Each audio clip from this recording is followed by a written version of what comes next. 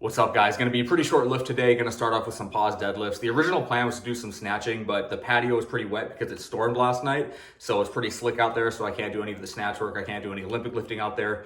And the ceiling is too low in my garage to do some snatching. So I can only do, the only Olympic lift I can do with the garage is a clean because a jerk and a snatch will hit the ceiling. So yeah, I'm gonna start off with some pause deadlifts, maybe work up to a heavy single, we'll see how I'm feeling with that. And then a back off triple and a back off set of 5 or 7 or something like that. Then I'm gonna incline press. I don't know what I'm gonna do for my set rep schemes. I gotta check the Train Heroic app. Some of the days on Haas Concurrent for me are getting all kind of mixed together because I had a really weird week where I had to like change up my schedule a little bit. Then I'm gonna finish today with some heavy chins. The plan for us after the lift today is gonna go to the farmer's market. So that'll be pretty fun. First time taking my daughter to the farmer's market, first time of the summer for all of us. And then probably just come home and enjoy our Saturday afternoon here at the house, maybe jump in the pool a little bit. So it should be a pretty good day. So let's get to it.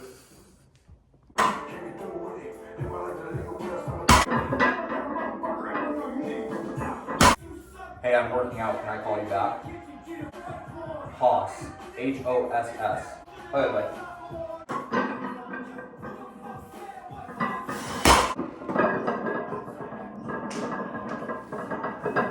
Alright, gonna hit my top single here at 615. I think this is 615. 225, 315, 405, 495, 585, plus 10, plus 10, 605. Yeah, this is 615. Yeah, I'm gonna hit my top single here at 615. Pausing right below the knee. Usually I pause right at the mid shin or right like an inch off the floor. Pausing right below the kneecap today. No real reason for that. Just wanted to change it up. But I got a question about like, how do you like navigate your warm-up sets, or how do you know when you're getting from your warm-up sets into your working sets if you don't necessarily have like a prescribed weight that you're gonna hit? So the way I think about warm-up sets, these are weights that you can just do without any sort of designated rest. So like I can put 135 on, do a warm-up set of 10, immediately put 225 on, do another warm-up set of 10, and I can just keep stacking plates where the only rest I get is actually changing the plates, where I'm not taking any sort of designated rest. Now, this does become a little bit less of an absolute truth when you're working to like heavy singles, doubles, and triples, and you're making 25 to 30 pound jumps, but they're still warm-up sets. You are gonna wanna take a little bit of designated rest, but you still don't need full recovery.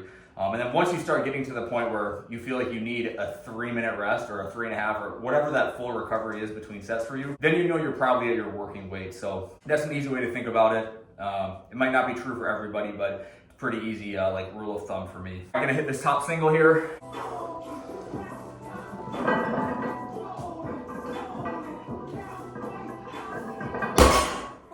I'm gonna back off into triple. So in my previous video, I was talking about cleans and like easy ways to fix certain technique errors. And I think just getting someone in the correct starting position and then having them hold that back angle off the floor, just having them extend the knees really fixes a lot of people in their first pull. You see a lot of the same errors with the deadlift where people, their starting position is a little bit off, and then the initial pull from the floor to your knee, so that first part of the pull for the deadlift, they also kind of screw that up, and because the shoulders rise too much or the hips rise too much, right as the bar breaks off the floor. I think a lot of that just stems from people's kind of like inherent fear of not wanting to hurt their lower back.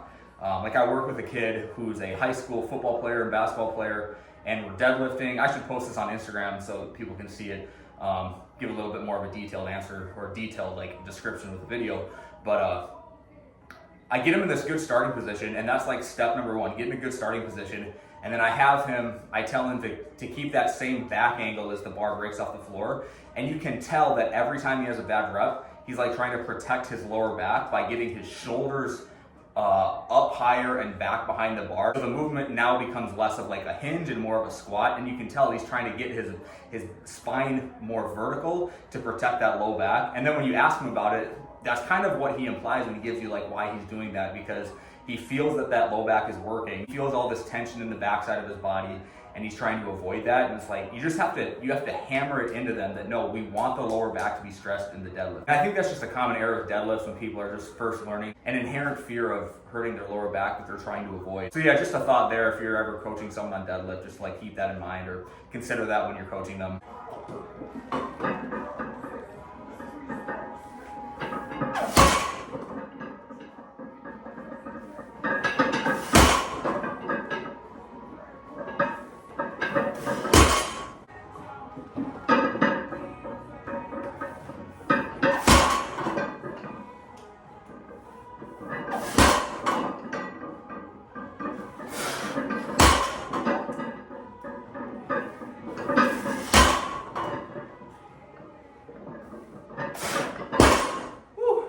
incline press time. All right, plan here is just to work up to a top set of 4. Ooh, rack is too low.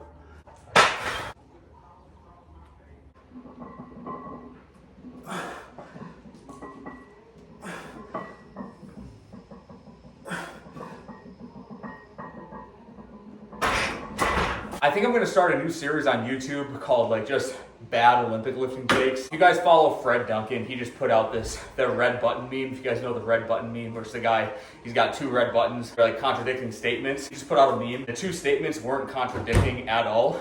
And it's like, you can see the flaw in his logic there. I'll put it on the screen here, but I'm gonna make a series responding to a lot of bad Olympic lifting takes. I'm not gonna personally insult anybody, like Fred Duncan specifically. I reached out to him asking if he wants to do a debate on the use of Olympic lifts and their efficacy in a training program for athletes. He declined it, citing that arguing over exercise selection puts the field further back than moving it forward. But then he goes on Instagram all the time arguing about exercise selection, specifically the use of the Olympic lifts. So I think that's kind of a bullshit response that he gave me. If he ever does want to do a debate in the future, I'll gladly do it. But yeah, I'm gonna respond to that meme. Pat Basil, if you guys follow Pat Basil at all, he put out a really this like shallow post on Olympic lifts saying that any other mode of exercise is more effective than the Olympic lifts. And then you see in the comments how like faulty his logic is when he's responding to people who disagree with him. I just think it's just comical to me. 245 here, gonna do a set of 4. This might be my top set, but if it goes well, I'll go up a little bit.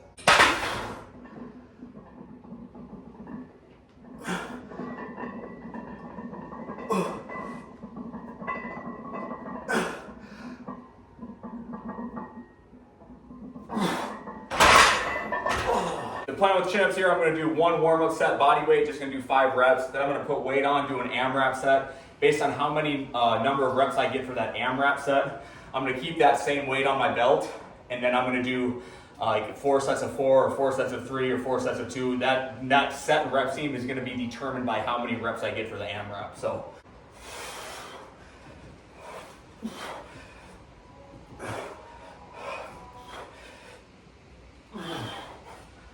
Ooh. I got some pretty bad epicondylitis right now. This is like the worst workout I can do for it. Heavy deads where your arm, the bar is forcing your elbow into extension, but you're trying to limit, like you're still contracting that biceps. And then heavy chins is like the absolute worst thing you can do when you have epicondylitis. The Olympic lifting does not help either. If you've ever had epicondylitis, you know how much it sucks. It's like, it's not too painful where you can't do anything. And it usually just goes away on its own, but it's just like, this nagging pain every time you flex your elbow and you use that biceps to pull. God, it's annoying. The last time I had it, I think was like 2020. It's been like 4 years. And it took probably 2 months before it went away. Now, I probably had it for like 5 to 6 weeks by now. So hopefully it goes away in the next couple of weeks.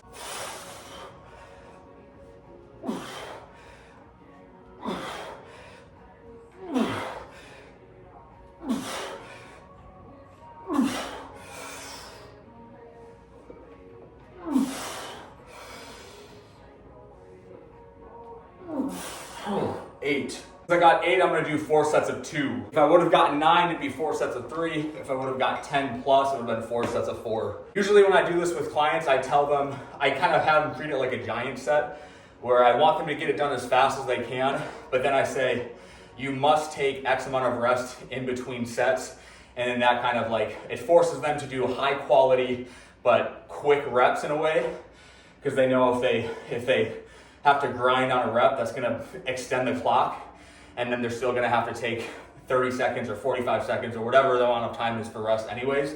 So it's get in, get out, let that clock go, get in, get out, get it done as fast as you can. First set, set 2. Second set.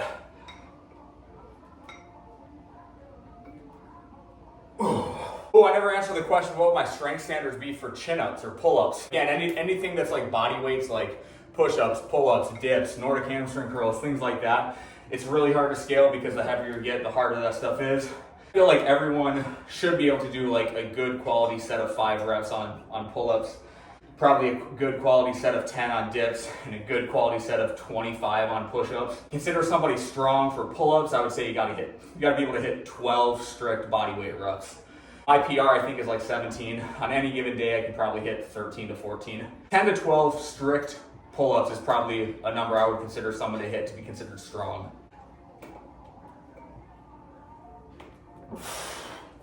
All right, last one.